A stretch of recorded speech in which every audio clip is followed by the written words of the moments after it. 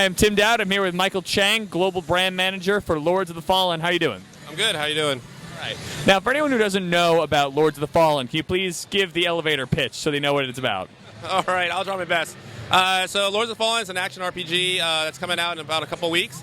It's highly focused on the tactical combat aspect of the game. So there's a pretty deep story that drives the game along, but it's a single-player experience with a lot of cool challenges.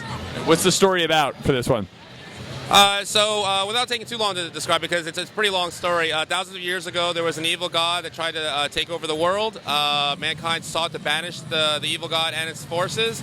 They were successful in doing so, and so they banished the evil god into the Rogar dimension, which you'll find more about in the game. But for reasons untold, the evil god has once again resurfaced, and now mankind is once again has to banish evil once again. So you're playing as Harkin, man's last hope.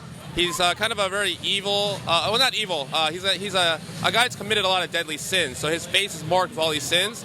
Mankind believes that evil can fight evil. So he's their last hope, and you're playing as Harkin throughout the game. All right. Now, how did you mention the gameplay as tactical combat? How can you go elaborate on that a little further? Yeah, so it's definitely not a hack and slash. So if you go in and you just start, pressing the attack button, you're definitely going to die. The game is challenging but not punishing.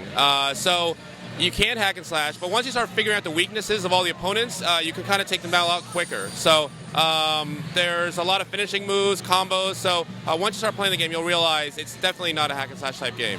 So it's not Hyrule Warriors. No, it's not. It's obviously we're Bandai Namco. We have Dark Souls. Dark Souls is also a very difficult game, but that game is it's not that it's more difficult. But for one example, in Lords, when you're in the inventory and you're kind of re-gearing your guy up, the game pauses. So it's not like you're going to be dying while you're in the inventory. Whereas in Dark Souls, it's very difficult. When you're in the inventory, you might die. So in Lords, it's more challenging but not punishing. So Dark Souls is people who really hate themselves, and Lords of the Fallen is for people who are like, yeah, I kind of don't like myself that much. Lords is for someone that wants to jump in, play a game, learn about the story, and they got a whole queue of other games they want to play, and then they'll play through it. They'll know the story. At the same time, they'll progress and they'll get that satisfaction of playing through the game. But it's not like hundreds of hours dedicated to one game. You can move on to buying a new game from Bandai Namco. Exactly right. Yeah. Bandco Namkai, as I've redubbed. Everyone calls it something different, but yeah, Bandai Namco Games. Yep. Great. So the game's coming out in a couple weeks, you said? Yeah, 28 on Xbox One, PlayStation 4, and Steam as well. All right. Well, thank you very much for your time. All right. So I'm Tim Dowd, Michael Chang, and we are in the Review Zoo.